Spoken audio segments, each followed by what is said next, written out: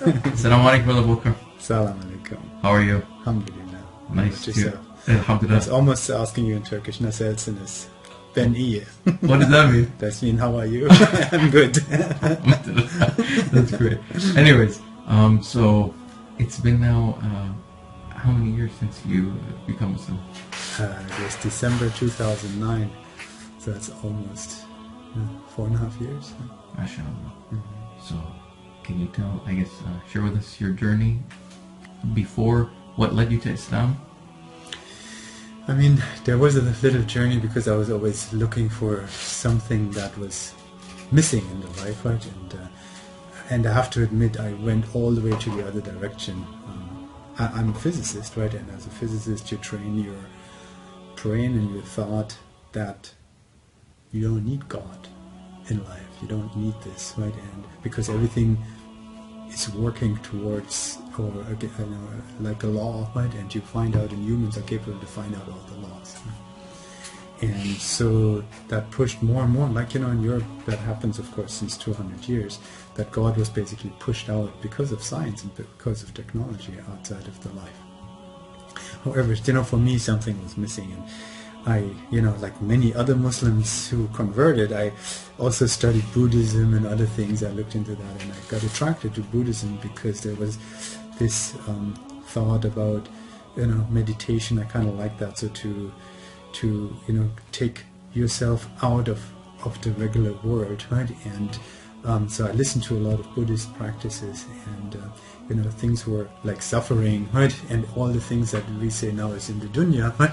They are being taken away, right? Sorry.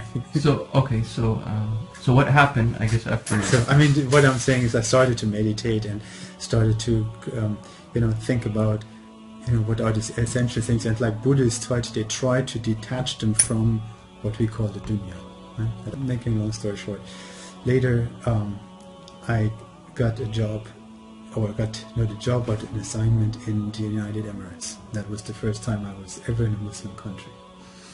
And that was a new thing to me. So I was open to that, but I tell you quite frankly, if you would have asked me to become a Muslim that time, I would say you're crazy. Right? I would never ever do that, because I was, of course, like everybody else, I heard the biased news from the news, right, and what Muslims are, and I had not a right perception from what Muslims are. And that's not quite right. I was actually in Turkey before, and I heard the azan in the morning, and I thought it was just crazy. Right? So they were backwards. That was my honest belief. Now, I was in the Emirates, and the first thing that came where I got a little bit more, closer to what Islam was, I had this driver who was driving me every morning to the office and back. So the office there sent a driver, and they picked me up from the hotel and drove me back. I was there for the first week, and I thought, since I'm in Abu Dhabi, I want to see Dubai and see how that looks like. And I asked the guy if he would be free on the weekend and would drive me around in Dubai. So yes, he came, we drove around, and now he was Muslim, and he asked me if he could make some stops on the road. He said he had to do some prayers. I was not aware of that concept, when the prayers were and whatnot. I said, of course you have to do what you have to do. So he kept driving me around, and he dropped me off back at the hotel, and then he said to me, after I paid him a little tip more than I should have, or I was supposed to, and he said, I pray for you. And the way he said that, it was not just I pray for you, and he said that was deep from his heart. That really touched me. So that was the first thing. And later on, I also met my wife that I have now, and she started to introduce me more. So the second incident is I was having a taxi driver. Another taxi driver drove me to the big mosque in Abu Dhabi, and he introduced me to wudu, how to make wudu and everything. And I went to the prayer. That was the first time at the big mosque I think it was a Friday prayer. I can't even remember. It was the first, because it was packed there, and we did the Friday prayer. I didn't know what I was just imitating pretty much. So that was the first steps towards Islam. And then the other thing I observed there, that was at 12 o'clock when the Adhan was praying, everybody would go to the mosque. And I like that concept a lot, because that was very close what I learned from the Buddhists. Right? They really practiced it. Everybody did. They dropped everything and went arm in arm together down the elevator into the mosque.